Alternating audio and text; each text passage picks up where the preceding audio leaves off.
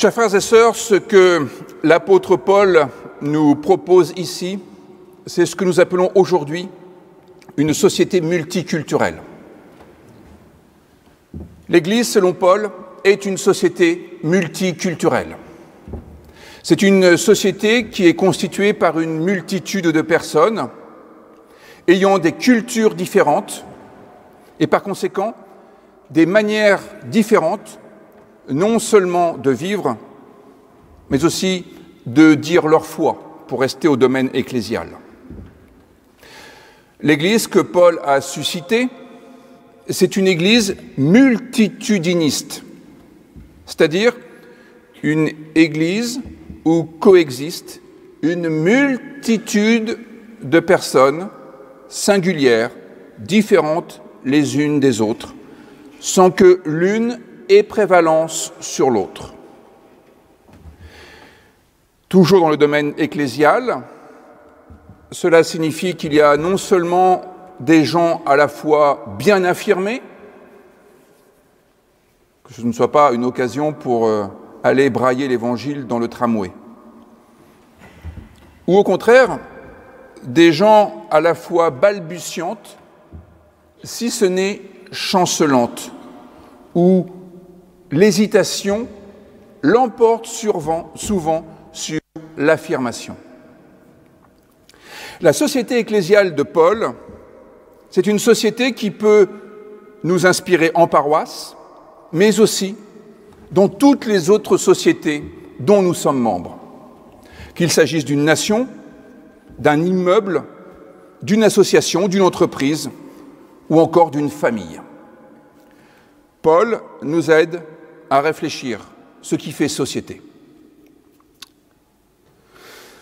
Alors à mon avis, et c'est pour cela que j'ai choisi ce texte pour aujourd'hui, Paul écrit ce passage au début du Carême, alors que la communauté de Rome est sur le point de se déchirer entre ceux qui considéraient que Carême doit être une période maigre, où l'on mange peu pour faire plus de place à la parole de Dieu, et entre ceux qui considéraient que le Carême doit être l'occasion de bien se nourrir pour être en pleine forme à Pâques et ainsi accueillir l'évangile de la résurrection.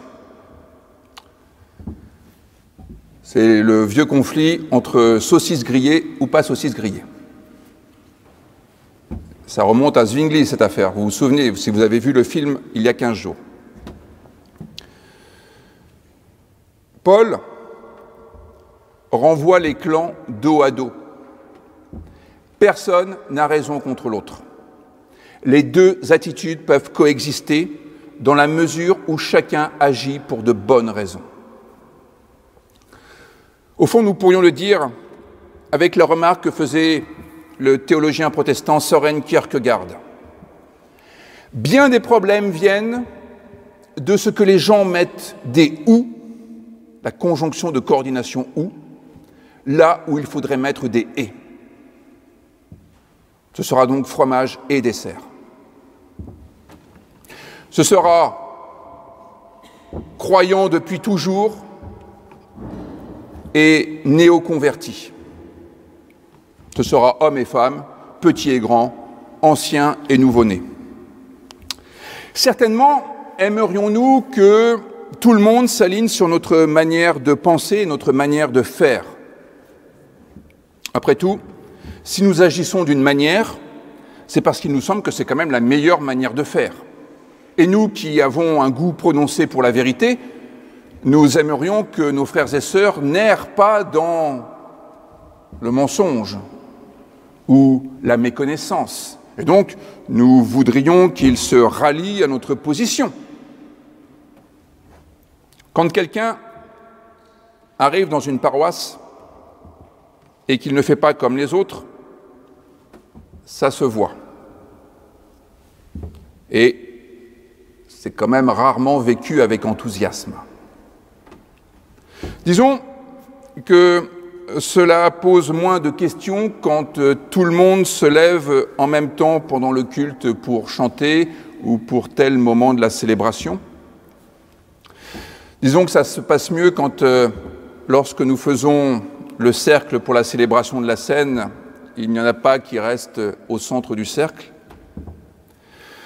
Disons que ça va mieux quand tout le monde chante en même temps en suivant l'organiste ou la pianiste.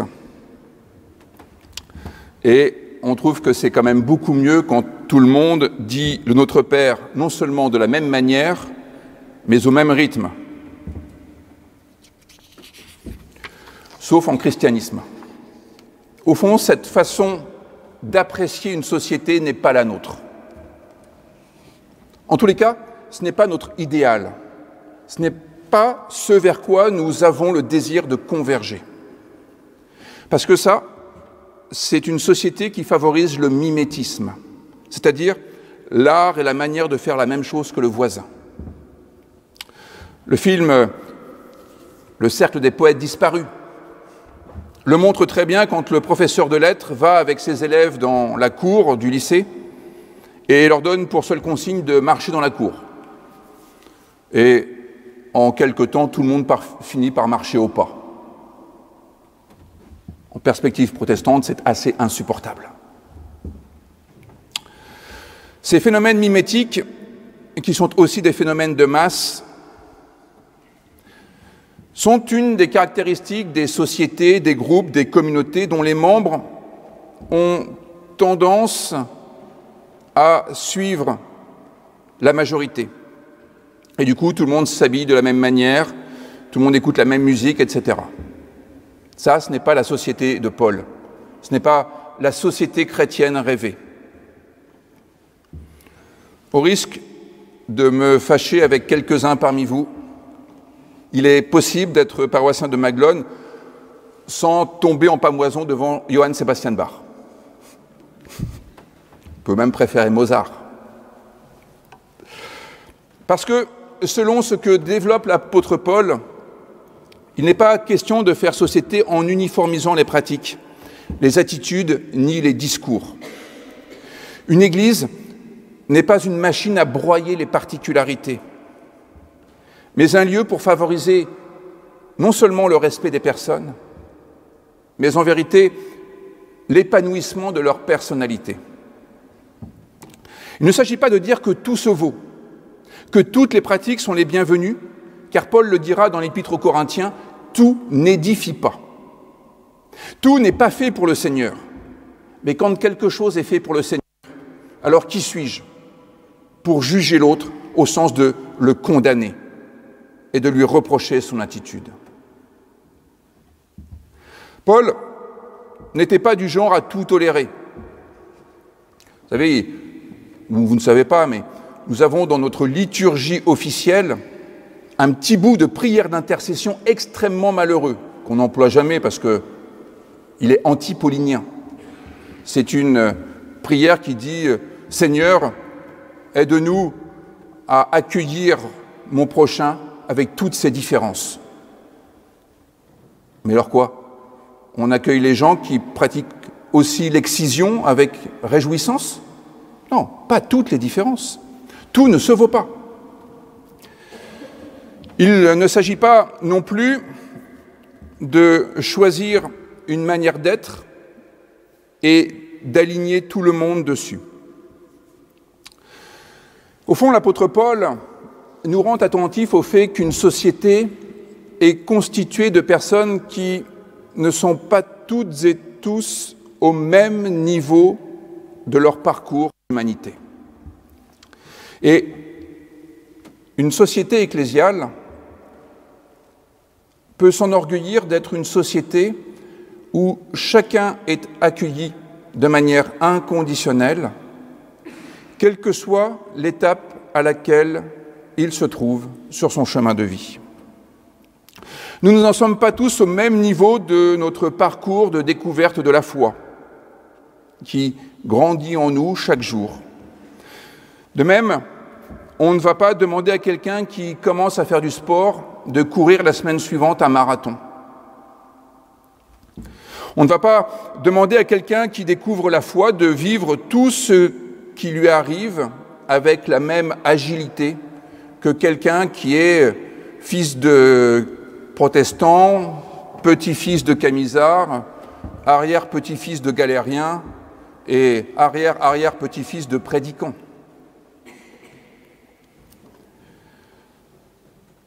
Il y a donc une raison théologique au fait que nous considérons qu'une société est toujours multiculturelle, c'est que nous avons toutes et tous une histoire personnelle qui ne doit pas être rayée ni sacrifiée sur l'autel du bien commun. Nous sommes respectés dans notre rythme personnel, car c'est de nous dont il s'agit, et non pas d'une image idéalisée du croyant. Paul s'adresse à des êtres réels, pas à une communauté fantasmée. La deuxième chose qui fait qu'une société est multiculturelle d'un point de vue théologique, c'est que Dieu institue des personnalités et non pas une société anonyme. C'est tout le sens de l'épisode de Babel en Genèse 11, dont on pense à tort qu'il s'achève par une punition de Dieu. Babel, c'est cette société des hommes qui veut construire cette grande tour pour atteindre Dieu. Et au fond, atteindre Dieu, c'est plutôt un beau projet. Mais le texte précise qu'ils avaient une seule langue et voulaient se faire un seul nom. Il est là le problème. Une seule langue, c'est-à-dire un seul psychisme, et donc une seule personnalité. Et un seul nom, c'est la société anonyme. Que fait Dieu? Il multiplie les langues. Ce n'est pas une punition, chers frères et sœurs, c'est une grâce. La punition, c'est quand nous parlons tous la même langue et qu'au prétexte que nous parlons tous le même idiome, nous avons cette folle idée de penser que nous nous comprenons, comme si Dieu désignait la même chose pour chacun d'entre nous, et ainsi de suite. Première chose donc, ne pas condamner ceux qui ne font pas ce que je fais, parce qu'au fond, en faisant autre chose que ce que je fais, ils affirment leur personnalité. Et ça, c'est proprement divin. Néanmoins, nul ne vit pour lui-même. Paul explique cela avec une phrase qui peut être le verset à retenir de ce passage, mais au fond, chacun choisira bien le verset qu'il veut pour synthétiser ce passage biblique, sinon je vous infligerai ce que je suis en train de combattre. Au verset 7, l'apôtre Paul écrit « Nul ne vit pour lui-même et nul ne meurt pour lui-même ». Après le fait qu'une société chrétienne est pluraliste, le deuxième aspect caractéristique est la finalité extérieure de la vie et de la mort. Ça signifie qu'il n'y a pas de principe égoïste qui devrait guider notre vie, du moins dans une perspective chrétienne. Nous ne sommes pas auto-fondés, pour le dire autrement. On ne vit pas pour soi, on ne fait pas des enfants pour se survivre, on ne fixe pas les règles et les lois pour se faire plaisir. Nous vivons pour le Seigneur, dit l'apôtre Paul. Cela signifie, c'est une vérité théologique, cela signifie que notre raison d'être est extérieure à nous. Il peut y avoir d'autres affirmations théologiques qui diraient l'inverse. Le panenthéisme dirait que notre raison d'être est en nous, car nous avons en nous un bout de Dieu, pour le dire de façon un peu caricaturale. Et ça, je pense que c'est un peu la porte ouverte à une forme d'égocentrisme qui impose aux autres notre perspective personnelle. Spinoza était panenthéiste, ça ne l'a pas empêché d'être un homme assez raisonnable, mais je pense que c'était un faux panenthéiste en fait. Bon. Je referme la parenthèse pour en débattre à l'occasion. Retenons que la finalité de notre existence est extérieure à nous en perspective chrétienne. Tout le monde ne partage pas donc ce point de vue, Bien des personnes considèrent que nous vivons pour nous et rien que pour nous, selon le principe de plaisir. Mais en christianisme, le paradigme, c'est que nous vivons pour le Seigneur. C'est une manière de dire que notre vie propre, n'est pas le seul critère à partir duquel nous allons faire des choix dans la vie. Dans la mesure où le Seigneur, l'Éternel, est le Seigneur de tous, et c'est là que l'idée du monothéisme change la donne. En monothéisme, le Seigneur est le Seigneur de tous, et pas de notre petite paroisse exclusivement. Alors il est aussi le Seigneur de l'autre, le Seigneur de la veuve, de l'orphelin et de l'étranger, pour reprendre les catégories du Deutéronome. Il est aussi le Dieu qui libère de l'esclavage. Il est le Dieu qui appelle les êtres humains à répondre aux défis que nous lance la vie. Ainsi, vivre pour le Seigneur, c'est vivre en intégrant ces différentes caractéristiques dans notre propre existence et à faire une éthique personnelle informée par ces caractéristiques-là. Dieu change notre éthique. Le Dieu que nous avons a un impact sur notre éthique.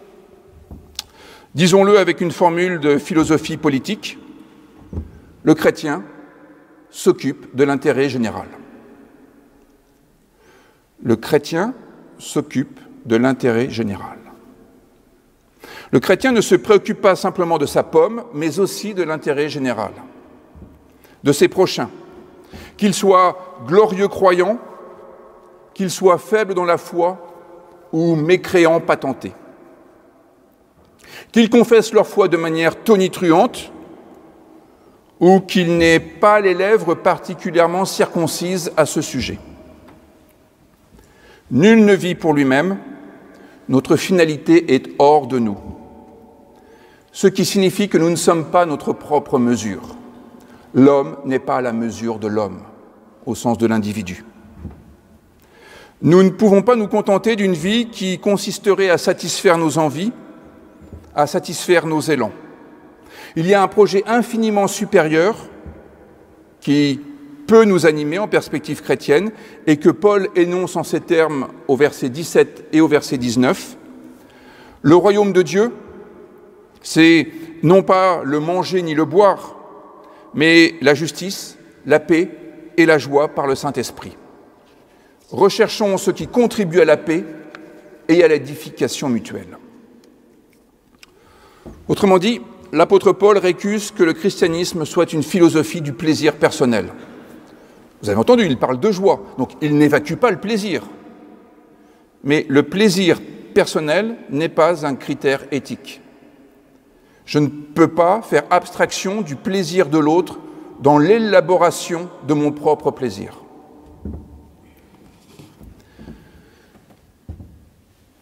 Le christianisme n'est pas un hédonisme au sens où la vie consisterait à boire, à manger, de manière plus large, à satisfaire les plaisirs de notre corps, à éviter la souffrance. Dans l'hédonisme, il y a aussi le fait d'éviter la souffrance. Et ça, ce n'est pas tout à fait notre perspective, parce qu'évidemment, on ne va pas se mentir, l'autre est une cause de souffrance. L'autre nous fait suer.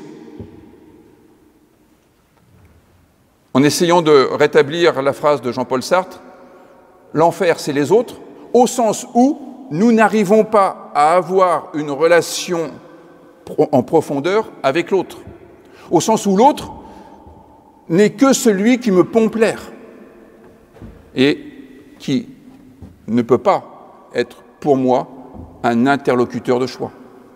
Mais précisément, tout le sens du christianisme et de cette théologie paulinienne consiste à observer dans la singularité de l'autre ce trésor de vérité humaine qui jusque-là me fait défaut.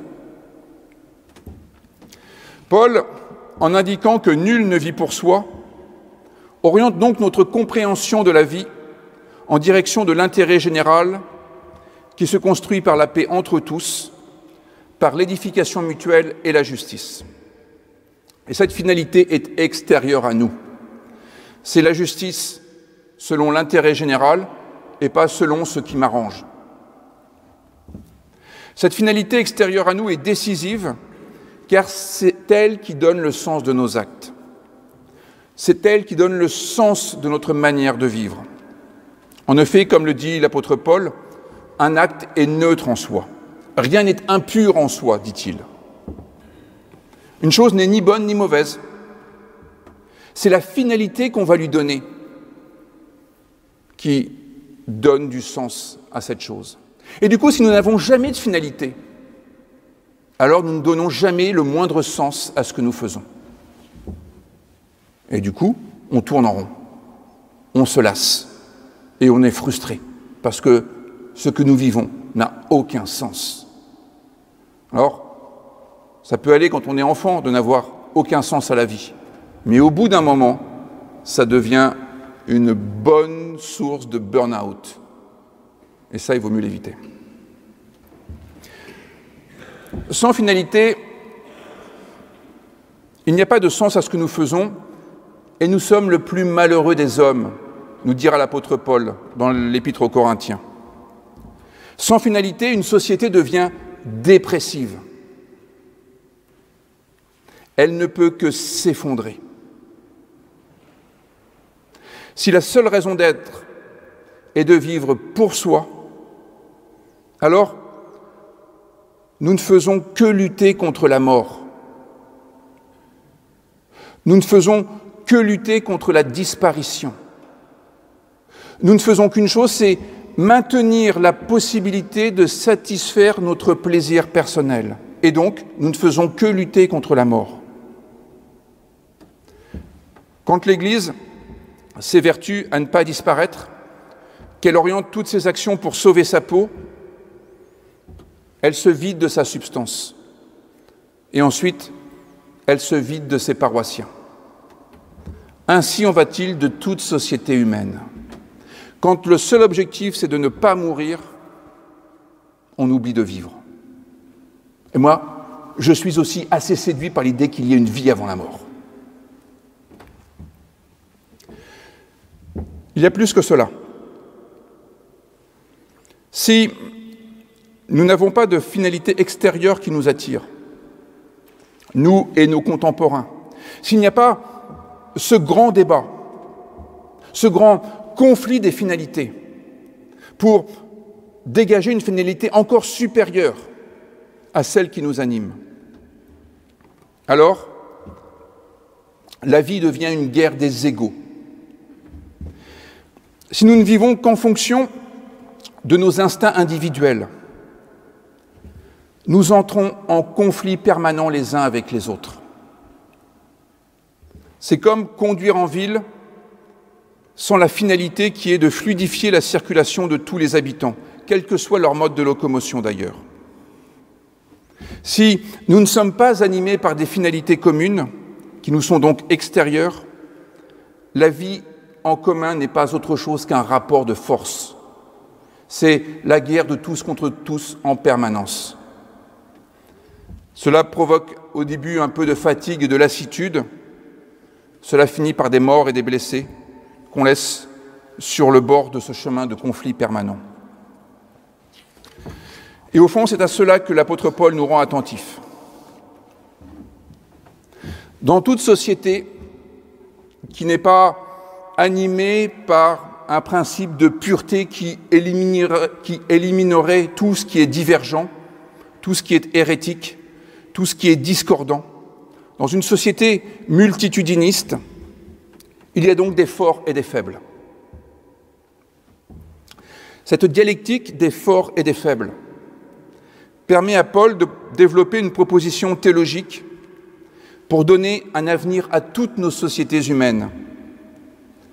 D'une part, en faisant prendre conscience que la pluralité des mœurs n'est pas la cause d'un échec d'une société, ni la raison future de son effondrement, au contraire. Une société multitudiniste est une société selon l'espérance de Dieu. Et l'espérance de Dieu, c'est la vie. Le christianisme valorise la personnalité. Et une société multitudiniste permet à la personnalité de pouvoir faire valoir ses droits. D'autre part, Paul révèle l'importance que notre foi nous relie à des finalités extérieures qui, au lieu de nous jeter tous dans la fosse commune, ce que favorise la guerre de tous contre tous, au lieu de nous jeter tous dans la fosse commune, permettent la vie en commun. Et au fond, finissons par là. C'est la question de l'unité qui est en jeu. En perspective chrétienne, l'unité ne consiste pas à éliminer tout ce qui sort de la norme qui a été fixée par quelques-uns. Le principe de l'unité qui a été développé notamment par Oscar Cullmann, c'est de considérer que l'unité se fait dans la pluralité ou dans la diversité, le fameux « e pluribus unum ». Pour qu'il y ait le un, il faut que toutes les parties soient là. Il faut que toutes les fractions soient ajoutées les unes aux autres. Le un, ce n'est pas l'unicité, c'est bien l'unité de toutes les parties. Voilà ce qu'il nous reste à faire pour les mois à venir, chers frères et sœurs, selon la formule consacrée, au boulot. Amen.